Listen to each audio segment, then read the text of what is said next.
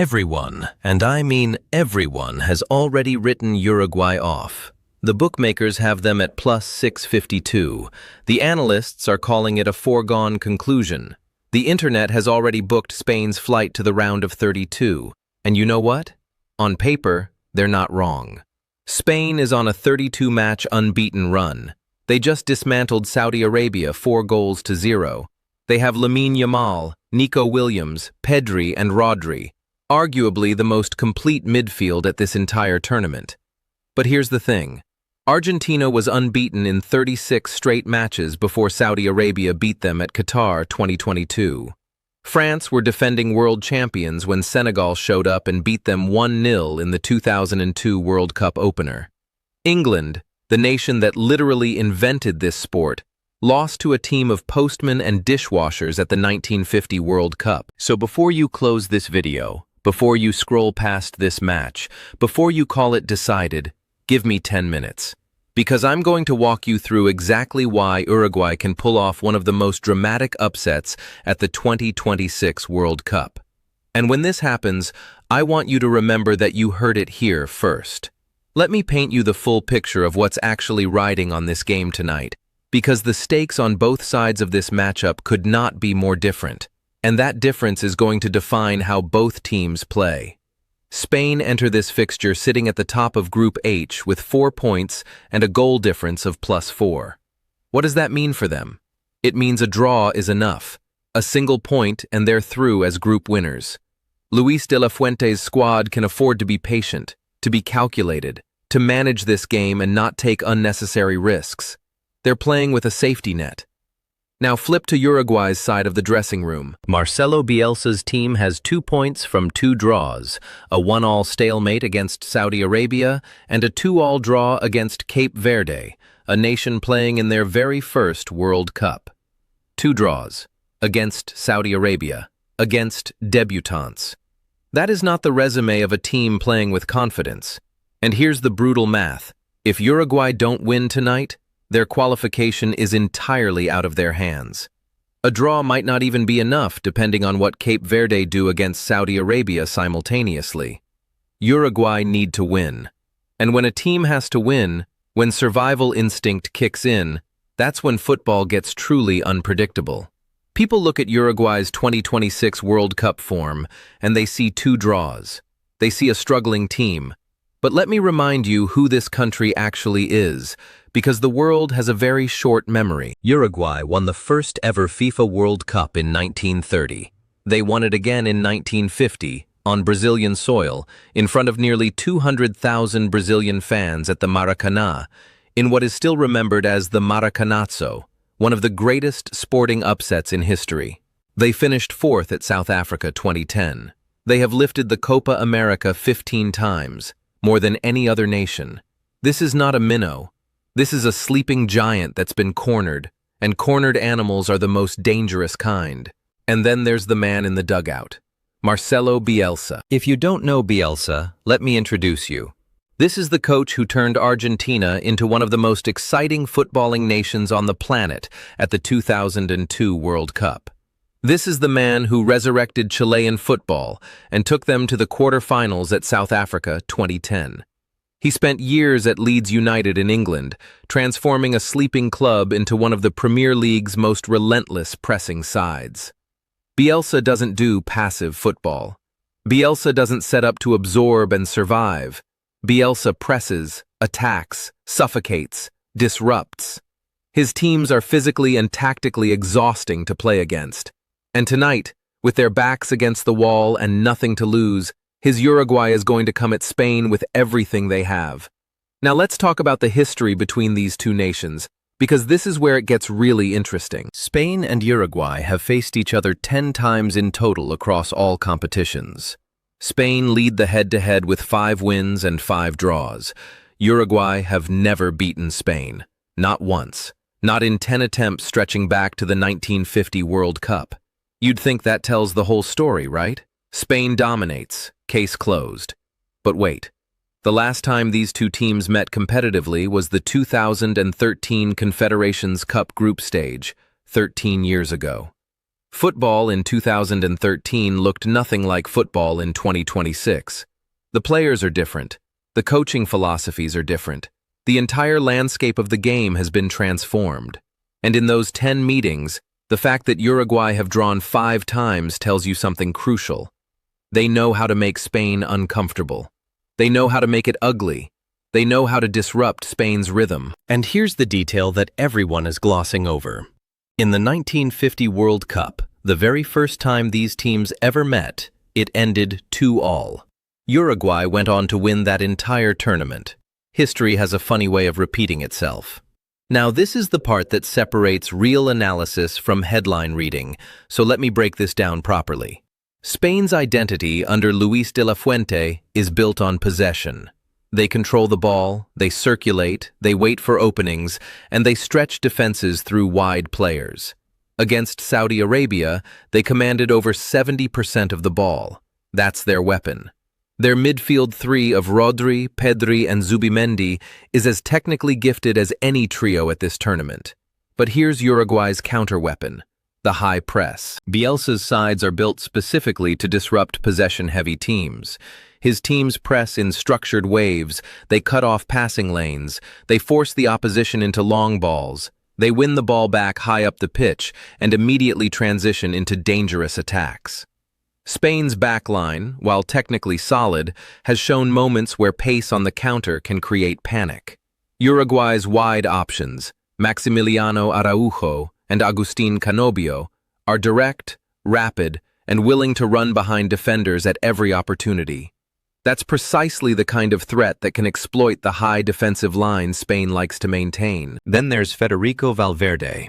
Let me say that again, Federico Valverde. The Real Madrid midfielder who has 9 international goals in 73 caps. The man who covers every blade of grass.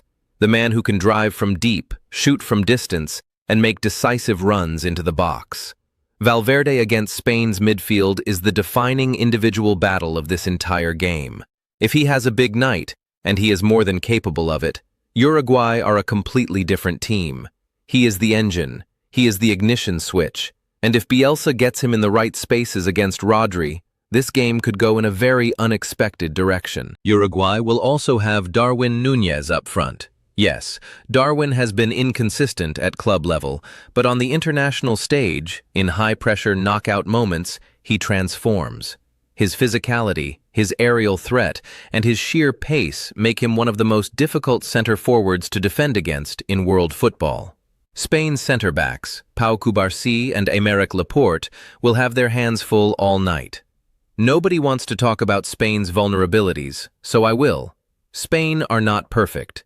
They opened this very tournament with a goalless draw against Cape Verde, the same Cape Verde that Uruguay also drew against. Think about that. The team everyone is calling unstoppable couldn't score against a World Cup debutant in their opening game. Their attack, for all its talent, has shown moments of overly horizontal play, cycling the ball sideways when vertical passes need to be executed. Against a well-organized pressing team, that tendency becomes exploitable. Spain also have a psychological quirk that history has exposed before. When the scoreline stays level late in games and pressure builds, La Roja can become frantic. They can lose their structural composure. And if Uruguay score first tonight, if Bielsa's side finds a goal early, Spain will be forced to chase the game, abandon their patient possession play, and operate with an urgency they are simply not used to. That is exactly the scenario Bielsa will be engineering from the very first whistle. There's also the South Korea precedent from 2022. Spain were eliminated in that World Cup on penalties by a South Korean team that pressed relentlessly, disrupted Spain's build-up play, and made them look completely average. Bielsa watched that. Bielsa has built his game plan around exactly that blueprint. Now, I have to be honest with you about Uruguay's injury situation, because I'm not here to sell you a fairy tale, I'm here to give you the truth. Ronald Araujo, their best center-back, the man who organizes and marshals the entire defensive line, is injured and unavailable. Georgian de Arrascaeta, their most creative and dangerous attacking midfielder, is also ruled out with a calf injury. These are major, major losses. They weaken Uruguay's defensive structure and significantly reduce their creative options in the final third. This is real. This matters. I'm not going to pretend otherwise.